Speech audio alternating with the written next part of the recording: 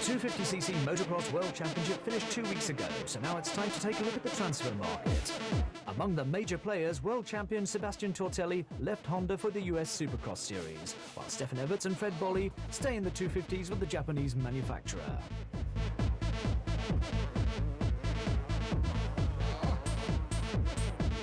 Michael Massiot has just completed his first season in 250s. His Rinaldi Yamaha teammate Talon Voland is heading home to the USA, but the young Frenchman, who's figured frequently in the top 6, hopes to build on his 8th place in the series at the end of his debut year.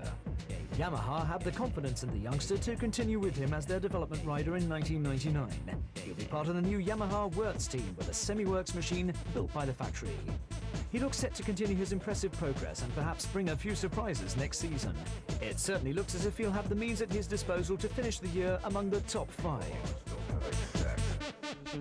I'm changing teams because Michel Rinaldi is moving on to 500s next year. I want to stay in the 250s. The Wurz team will take his place, so I'll go with them and Yamaha.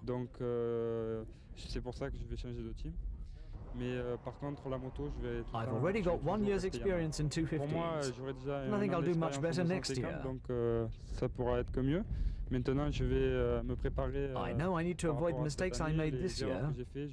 I'm analysing everything to make sure I do better next year. Another Frenchman, Yves de Maria, will be Massiot's teammate with Wurz and Yamaha. This season, his 5th in 250s, the man from Marseille was at Kawasaki with Sebastian Tortelli. One of the leading riders in 1997 when he scored several wins. Despite his mid-season change of team, de Maria had his worst year ever in 1998, finishing just 11th in the standings. The year had promised much when he won a heat at the pre-season event in Beaucaire, but he was not able to taste victory again once the championship started, though he did score several podium finishes in a campaign upset by injury. The need for a top-line machine has just seen him join Massiot at Kawasaki, determined to reverse his bad fortune in the coming season. An option for the year 2000. I'm joining a new team, but I'm also moving on to a new level, as I've never been with a 100% factory outfit. I'll have the chance to develop my bike a little to suit my style, which is what I wanted. Everyone thought that I'd been struggling to find a team, but I think this will answer the critics. I really have high hopes for next season. I've had a few problems with team managers, changing the machine, or different parts of the setup. Sometimes it's difficult to go in one direction when a factory is calling the shots. C'est quand même plus difficile de faire accepter ses choix. Et là, le fait de plus avoir vraiment le support, in my case, not to have the 100% support of Yamaha is in fact a good thing. Because I have a chance to make my own decisions, things that are difficult to do when you're a works rider. It will be up to me to prove that the choice is a good one, and finally have a season that lives up to my expectations.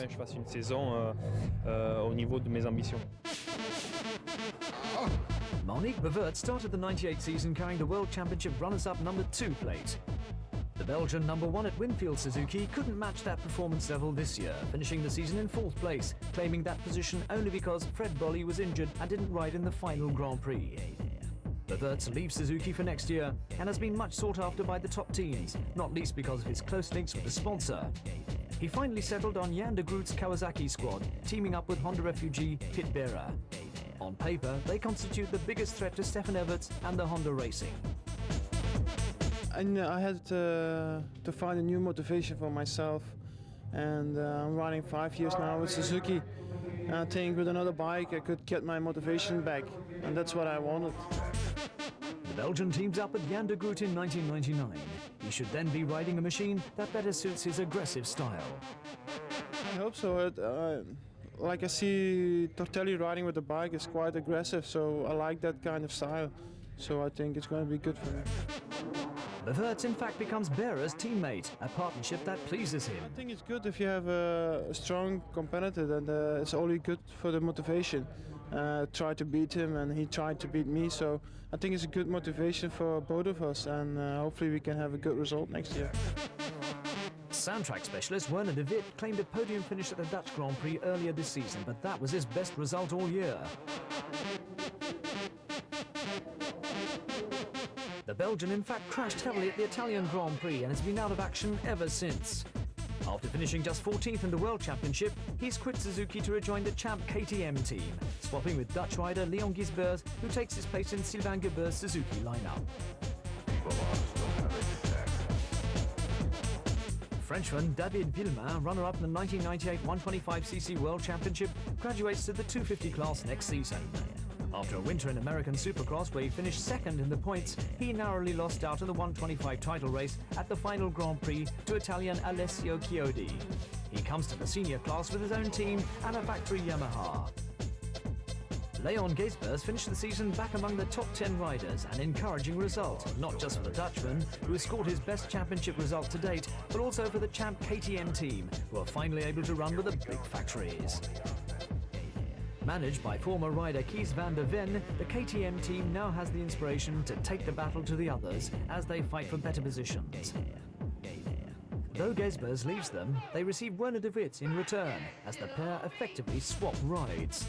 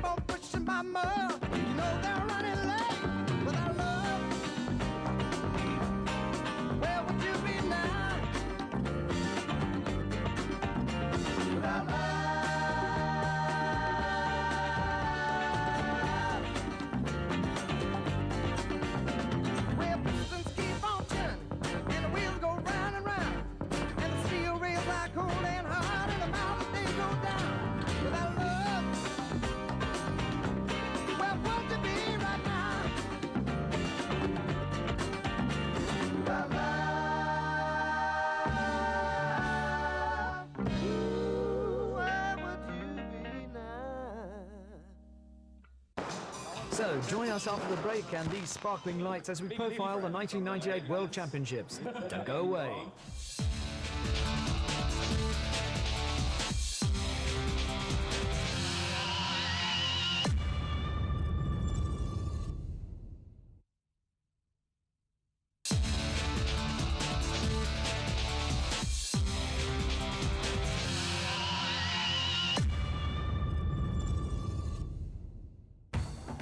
One 125cc world champion for the second year in succession, you could say that Alessio Chiodi has had a pretty good year. Winner of 12 heats and 6 Grand Prix, the Italian dominated the small capacity class. Chico's victory at the first Grand Prix in Brazil set the pattern for the season. He may have been a little worried by a troubled run after the Belgian Grand Prix mid-season, but he shrugged aside such problems to bring his campaign firmly back on course. His compatriot Alessandro Pouzar dropped 50 points adrift, though Frenchman David Villemain closed to within 4. But the little Italian never lost his nerve and fought back strongly in the closing stages of the season to retain his title. His well-deserved championship victory puts him back in the history books, and he's the only Italian motocross rider to have won back-to-back titles. His plans for the 1999 season have not yet fully formed. He'll most likely stay to defend his double championship title, even though he'd like to move up to the senior category. That might go against the wishes of Husqvarna, who look likely to enter 250s. We could even see Chiodi in the Supercross World Championship, or perhaps in the opening rounds of the US West Coast Supercross Series. Belgian Joël Smets claimed a third world crown in 1998 to add to the pair that he won in 1995 and 1997. The Husaberg rider also had the luxury of having tied up the title before the final round at the Dutch Grand Prix, where he won both heats, further underlining his supremacy. Smets has enjoyed a superb season, beating the championship runner-up Darrell King of New Zealand by more than 70 points. Even though interest in the category has been heightened by the arrival of the four-strokes, some riders regard it as a sort of early retirement, but not Smets. The Flemish rider has resigned for 1999, staying true to the company with which he's won all 3 of his titles, Husaberg. Why change a winning team? Taking his place among the great Belgian motocross world champions, Joël Smets will now concentrate on the Motocross of Nations, where, along with Stefan Everts, he will hope to defend the title Belgian won in 1997 against a new American onslaught. Well, the pundits didn't think much of Sebastian Tortelli's chances when he went into the final 250cc Grand Prix of the year in Greece, trailing Stefan Everts by 8 points.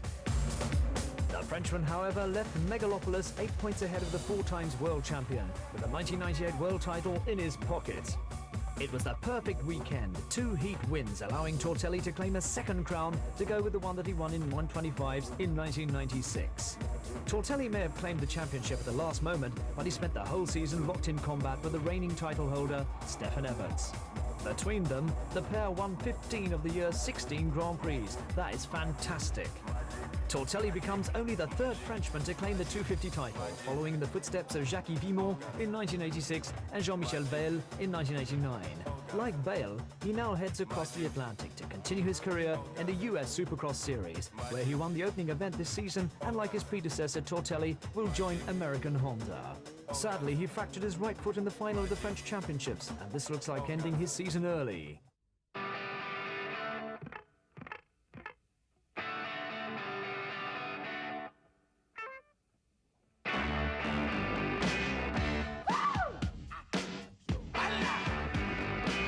Darling, you got to let me know.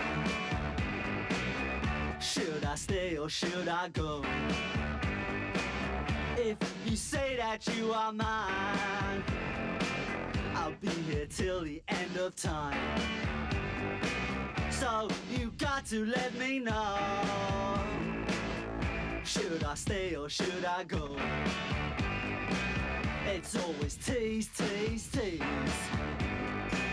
You're happy when I'm on my knees. One day is fine and next is black. So if you want me off your back, well come on and let me know. Should I stay or should I go? Should I stay or should I go now? Should I stay or should I go now? If I go there will be trouble, and if I stay it will be double. So come on and let me know. This indecision's bugging me. If you don't want me, set me free. Exactly whom I'm supposed to be. Don't you know which clothes even fit me? Come on and let me know. Should I cool it or should I blow?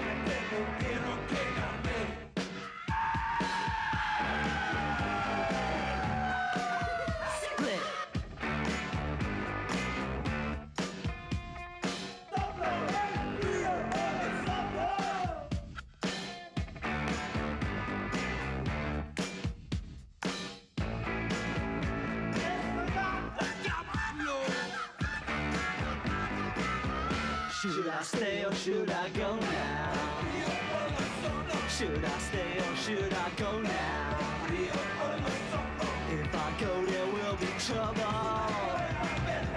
and if I stay it will be double. So you gotta let me know. Should I cool it or should I blow? The battle for the 1998 250cc Motocross World Championship was a two-horse race. Sebastian Tortelli and Stefan Everts dominated almost every aspect of the series. Stefan Everts was the 1998 pole position king. He was fastest of all 8 times in practice, his arch-rival only 6 times. German rider Pit Beirer managed to out-qualify the pair, but only twice. On any track and any weather, Stefan Everts is a threat, his fluid style often hiding just how fast he's going to the untrained eye. He seems to be part of the machine, rarely looks to be pushing hard, and he makes it all seem so easy. His technique isn't the most spectacular, but it certainly is the most effective. He learned his craft from Harry Everts, and the father's style shines through in the son's riding. There were 32 heats in the 1998 250 season, and 2 men dominated them. World champion Sebastian Tortelli stood on the top step of the podium 15 times, as against 14 of Everts. Only 2 other riders managed to get a look in, Pit Beirer twice and Talon Voland once. As impressive as their ability to win heats was the number of double victories that the 2 title contenders managed. 5 for Tortelli and 4 for Everts, who actually took 6 heats in a row in Germany, Belgium and Poland. Aided by Kawasaki, widely believed to have a truly demon engine, Sebastian Tortelli is this year's whole shot record holder. 10 times the Frenchman has led the going into the first corner. Such aggressive starting worked for Tortelli in his battle against Everts. Even though Honda hit back later in the season with a more powerful engine that the Belgian had long been asking for, Tortelli was able to continue his struggle. Frequently beaten away from the start in the last few Grand Prix, the Kawasaki rider still prevailed overall to claim the title of Whole Shot King as well as the 250 World Championship. Spain, Portugal, France, Italy, Venezuela, Germany, Belgium and Poland. Stefan Everts claimed 8 Grand Prix victories in 1998. This brings the 1998 championship runners-up tally to an amazing 36 Grand Prix wins in the 250 category. No wonder he's claimed the World Championship 3 times in the class. He is now 3rd on the all-time winners list, behind Joël Robert with 50 wins and Sweden's Torsten Horman with 37. At this rate, Stefan Everts looks certain to overtake his countryman as the most successful 250 rider ever in FIM history.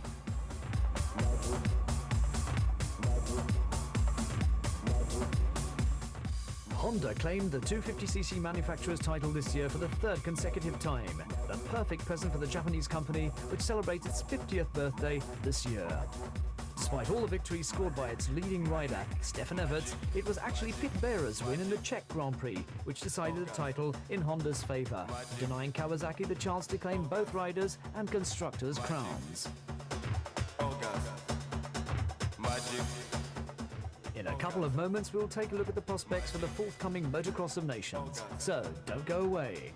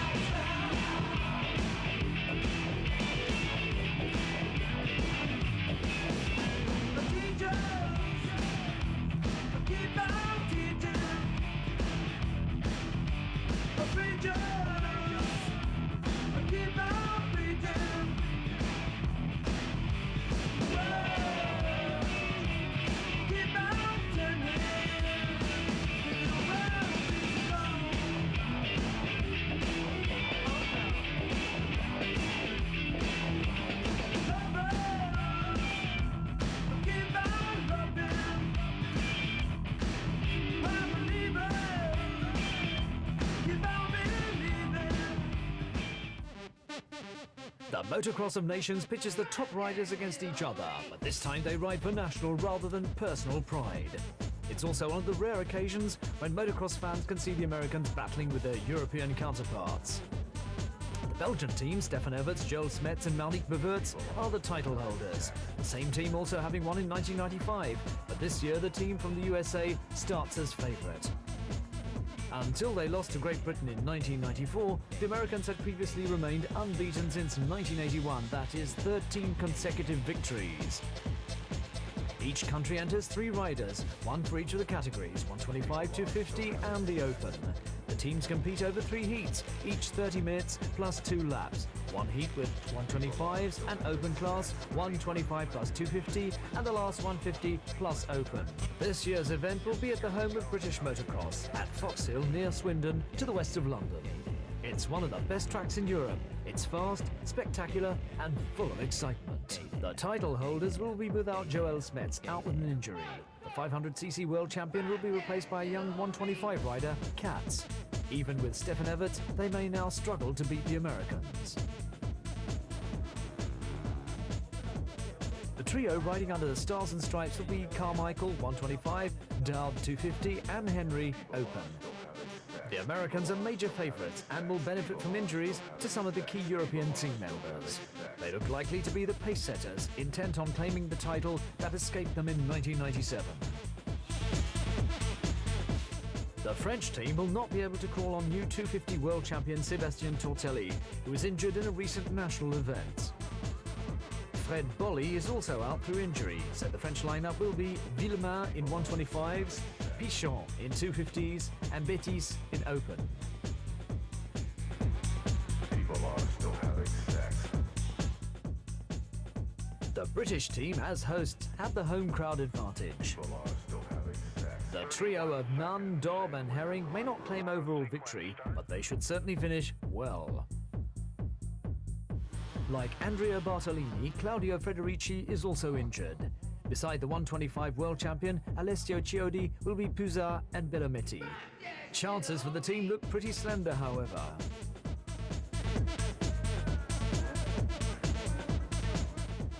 And finally, leading the last of the major European teams will be Pit Bera. Helping him to fly the flag will be Jasinski and Eckenbach.